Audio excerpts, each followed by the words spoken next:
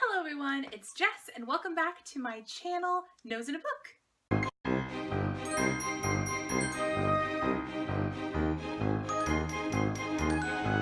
So this month I am participating in the Mara Dyer readathon started by Katie over at Kate's Book Date, and I will link all the information for that down below. But one of the things we're doing in this whole readathon is some challenges, some video challenges, and the first video challenge is book MASH, and so I'm going to do that for you today. So MASH, as you probably well know, is that game that you played probably back in like elementary school, junior high, where you like figure out who you're supposed to marry and what kind of house you live in and all of that. And so this is very similar, but it's all going to be Halloween horror movie themed, and it's all going to come from the book The Unbecoming of Mara Dyer. This is the only one I finished so far. I just barely started The Evolution of Mara Dyer 2 days ago? Anyways, so I'm a little bit behind on the readathon, but this one was, I don't know, it left my head spinning, that's for sure. So I'll probably do a full review of the whole series once I finish it, but today we're going to jump right into the book MASH. So basically what I'm going to do is I'm going to read off a question for you, and then I'm going to flip to a random page in the book, and whatever character or place or whatever that I see first is going to be the answer to the question. So let's get started. So question number one is, this character dies first. So random page. Daniel. Daniel dies first. Daniel. I'm sad now. Okay, next. Question number two is, this character turns you over to the killer to save his or herself. Let's see who the betrayer is. Daniel again. See, he turned me over to the killer and then he died. We all see how this happens. I'm less sad now because he turned me over to the killer. Though I don't think Daniel would actually do that. Yeah. Next question. You trip this character to get away from the killer. Random page opened. Mara. I tripped Mara to get away from the killer. Question number four is, this character's ghosts haunt you after they die. So let's check it out. Let's do something towards the beginning. I haven't done the beginning of the book yet.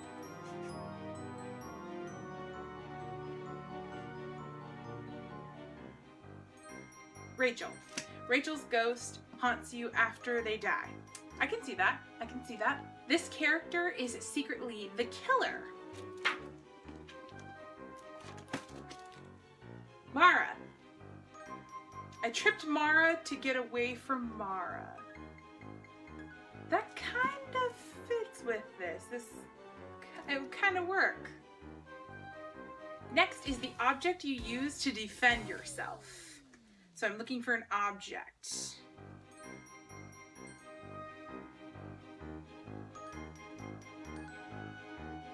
Lockers. Lockers. That's the word I saw, and that is an object.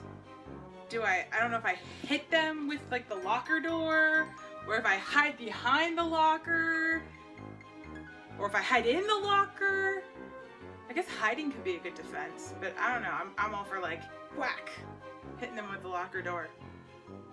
If I could dismantle a locker door and then use it as a weapon, that would work. If you guys have any ideas of how lockers could be used to help rescue me from a killer, I'd love to hear them in the comments. Alright, next is where you hide during the apocalypse. Lockers would have been a good one for that. Let's take a look.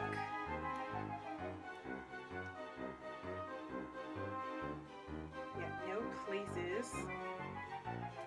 No places. School. School, that is a place.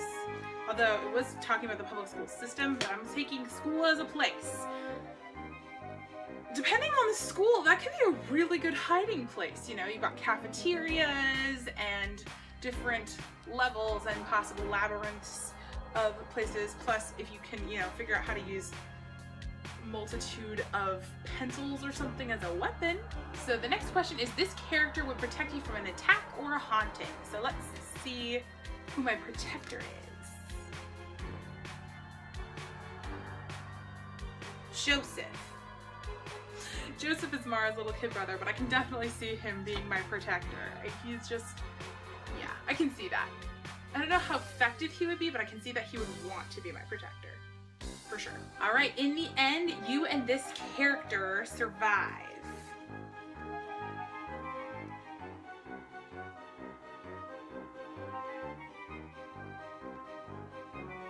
There are like no people on this page. Hold on, let me see.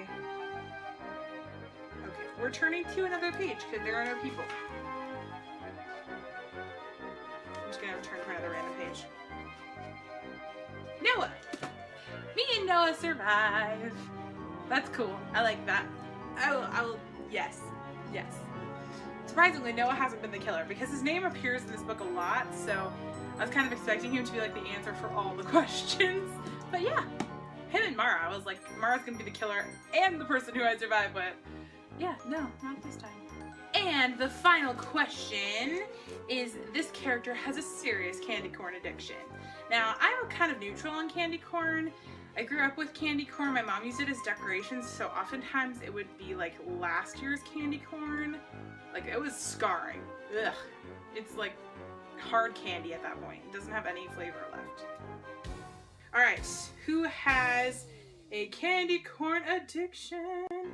Noah. Noah has a candy corn addiction. I can see that. British boy with a candy corn addiction. I can see that.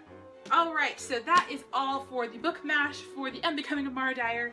If you guys are interested in joining our read-along for this series, I will link all the information, like I said, down below. It is never too late to join up, and we would love to have you to discuss all the spooky goodness that is The Unbecoming of Mara Dyer trilogy. So you'll hear more of my thoughts on this series once I finish it. But until next time, if you like this video, go ahead and give it a thumbs up. And if you want to see more videos on my channel, go ahead and click subscribe. Until then, I will see you with another video, and happy reading. Bye!